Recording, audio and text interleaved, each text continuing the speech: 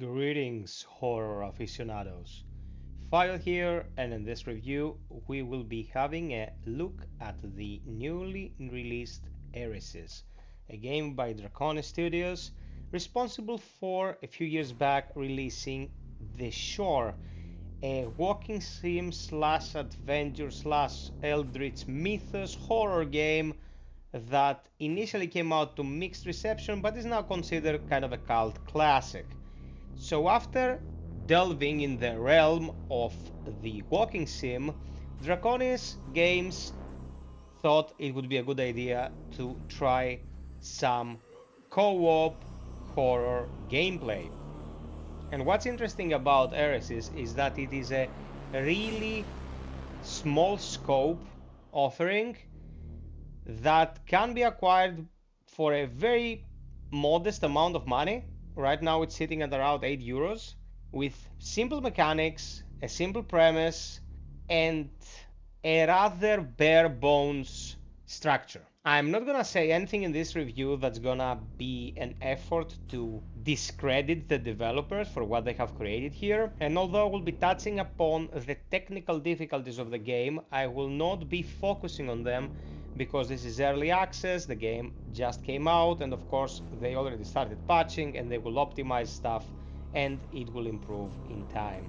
What I will focus on is the basic structure of the gameplay and whether or not I think that this kind of thing is gonna be something that people will be interested in playing and replaying. So, what is Eresys and what does the word mean? Eresys means cult in Greek. I'm Greek, I should know. It's based on the broad strokes of the Eldritch mythos by Lovecraft, and it is a game where you have to collect certain items in order to complete the match. And if that sounds like a very simplistic explanation, let me break it down for you. In Eresys, you start from the beach of the island called Sentinel Island, and what you have to do is collect 30 pages of a book. You heard me correctly, that's not 13, that's 30. You have to collect 12 charges of blood, 12 vials, to create 4 spheres, each of which requires 3 charges, and then you open a portal and you go in and place the book that you completed and banish the dark one. It's a process that will take you approximately 1 hour. People can carry a certain amount of pages. If they are not the book holder, the main player who can actually semi-detect pages by looking at the shimmer on the book, they have to bring the capped amount of pages they collect to the book holder and then they can integrate it into the book. They can hold 3 vials each and use a lantern in order to light their path, because the game progressively becomes darker as you activate those blood orbs. Defend themselves in a passive manner when creatures start appearing on the map as the game goes on, and kind of attack them by holding down the left mouse key in order to use a finite resource to scare them away and be on their way to complete the objectives. Except for what I just described, that is pretty much search and collect and defend yourself to a somewhat diminished capacity. You can walk, sneak, run, and interact with your environment in a very simplistic fashion, like hold up to climb a ladder, press E to open a book or a door or something in the environment, and E again to collect whatever is in front of you. So mechanics wise, it is very, very simple, but the problem with this title lies in its basic goal, the structure of what the players have to do. Let's start from the root. The island is not procedurally generated, so you pretty much have one map where you can play. You may start from a couple of different starting points, but there is a binary system of whether or not there will be a page in any of the locations that can hold a page. So if, example, there is a building somewhere and you know where that building is in approximation to where you start, You can go into that building and there is a 50-50 chance that it either will hold the page or will not hold the page. That means after a couple of runs, you pretty much have an understanding of what you are looking at. And the most iconic of these locations will very easily be grafted into your mind, and whenever you reach them, you'll know that, okay, there is a big chance that I'm gonna get pages here, or there's a big chance that there will not be pages here. So there are landmarks like a lighthouse, a villa, there is a silo, there is a chapel, there is a farm, and you go into these places and collect blood from victims that look like mummies, and the pages of the book, as I said earlier. They're collectibles, they're called relics and hidden knowledge. You can accumulate those to display them in your hub, in your lobby, where the other 3 people will initially meet you in order to embark on the hunt. Each match is called a hunt. There are 2 ways to win. One is collect the book, collect the spheres, and go into the portal, place the book, and the dark entity is banished. And the other one is to exchange these orbs for pieces of a statue that will allow you to complete a different incantation and win in a different manner. After you win, you just see the creatures fade away and the game is done. No variety, no different approach, nothing to surprise you. There are 2 or 3 jump scares in this map, and if you've seen them once, you've seen them, full stop. The map is kinda huge, and it baffles me that by the time of this review there is a key binding for a map, but there is no map. In this huge area, you have to go by memory 100%. And it is thematically inappropriate to play the game like this, because these cultists, they supposedly know this area. They know what they're trying to do and where. Why don't they have a map to find their bearings? There is also a death and revive mechanic. If someone dies, you can cut off their head and take it to a wax idol. And that wax idol will turn into your former co-player and they will continue playing. But there is something about this that doesn't quite work, and that's the fact that you have no designators in this game, no names above enemies or allies' heads, nothing of the sort. It's just perception, what your eyes will catch, and everything is dark and everything is full of dirt and grass, foliage. So if your ally dies in a bush, you won't know where it happened. You'll have to go collect their head, but instead of doing that, you'll be scratching your head because you cannot find them, and you will be wondering what the heck is happening. All the while you keep scratching, you suddenly dislodge a lump of flesh from your skull, it falls to the ground, it turns into an eldritch tentacle, it attacks your cat. Wait, where are we? How do we get here? Anyway, so you get what I'm trying to say. It is a process of elimination, moving around the map. If you find something, you collect it, and if you find yourself circling back to the same area, you won't be finding anything else. The book emits this green shimmer whenever you are in approximation to a page, but it's not an exact science, because if you're above a cave system, let's say, and there is a page below the cave system, the book will activate. But that cave system entrance might be half a kilometer from where you are. And I'm talking, guys, huge distances.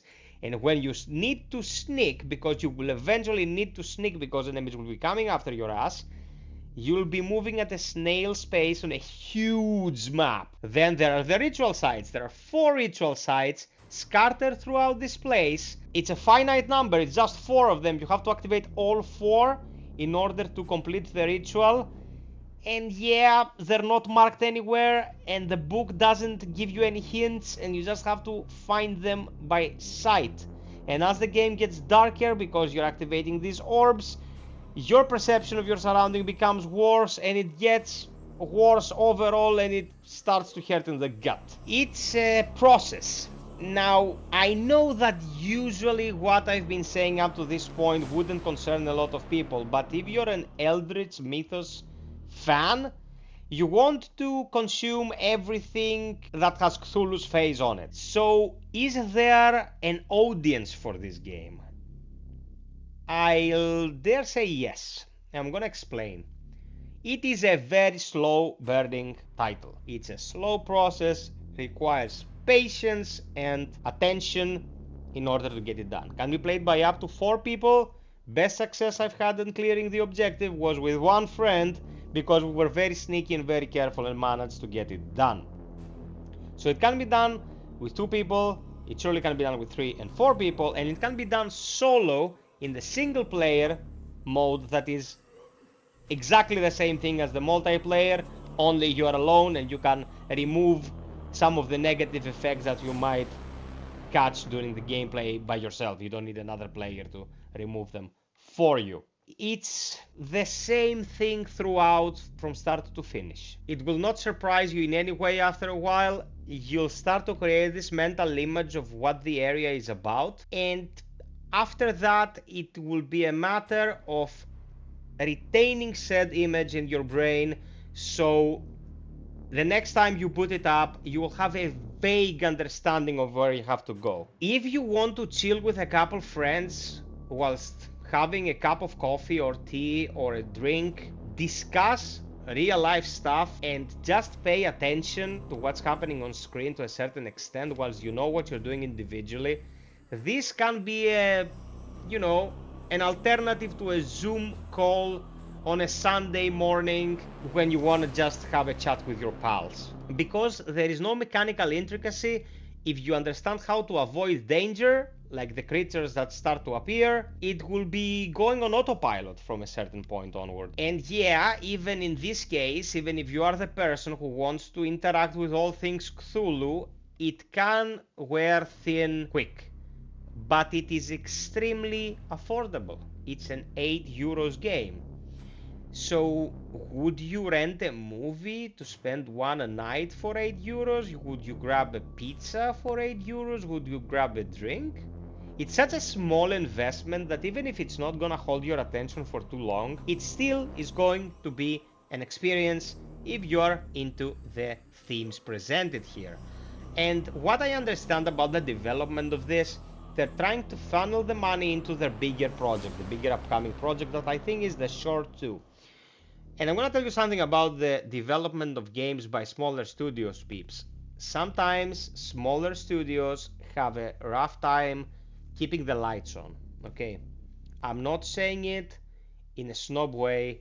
I feel for the guys because I understand the challenges. I studied game development and I've spoken with people who are into game development, and it can be a very challenging process. At some point you reach a plateau and you're like, we have to start creating income or we won't be able to pay rent and our computers will be locked in by the landlord and we won't be able to work. So you get the game out there, promise the people to get it fixed and improved, and then you keep on this promise and make it what it's supposed to be, and long term people who trusted you will actually be happy with the choice they made into purchasing your game. Because the Shore came out buggy, but when I played the Shore last year, it was a fantastic 2-hour experience at a very modest price, and I still remember moments from that game. I still listen to its soundtrack, and I don't think I would ever shit talk a developer that managed to follow through with their first project, moving on to bigger and greater things, even if they have to finance them by giving us smaller releases like this. Technically, the game sounds fantastic. It has excellent ambience, nice music, very thematic, it's very moody, low lights, the rustling of leaves, a small creek, running water, and the creatures that produce their own sounds, all excellent. Graphically, it's serviceable. Not the prettiest game you've ever seen, but surely not the least pretty game you've ever seen. But my gripe here lies with performance. The game running is able to render ray trace Cyberpunk 2077 at 60 plus frames, 2K, and here if I max my settings at 2K I'm getting 55 frames on average. I understand that it is a huge map, and because it is one huge map, it renders it all in one go, and then it might be memory leakage, memory optimization, or whatever, but in all honesty, it shouldn't be like that. They will optimize, I'm like 100% sure, but for the time being, if you have a 20 series card, because I'm playing with people who have 20 series cards and of a lower spec, they're running 25 frames. Man, 25 frames in 2023 is pretty much unplayable. So some work has to be put in here. Don't want to stretch this too much. It's already almost 20 minutes. Thank you for watching. I would really love your thoughts in the comment section, and also your own experiences with Eresys if you played it. I highly recommend you get it with at least 3 other of your friends if you're gonna get it, because if you don't play this with other people, it's a totally missed opportunity. Like, the dynamic of the gameplay changes so much, it becomes like a dull walk in the woods, and I wouldn't recommend it like that.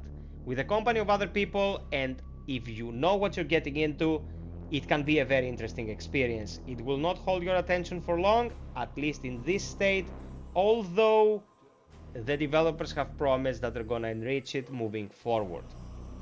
So, sub, like, share, hit the notification bell. If you like this format of review and wanna listen to my opinions about other games, you can get started here. Cheers!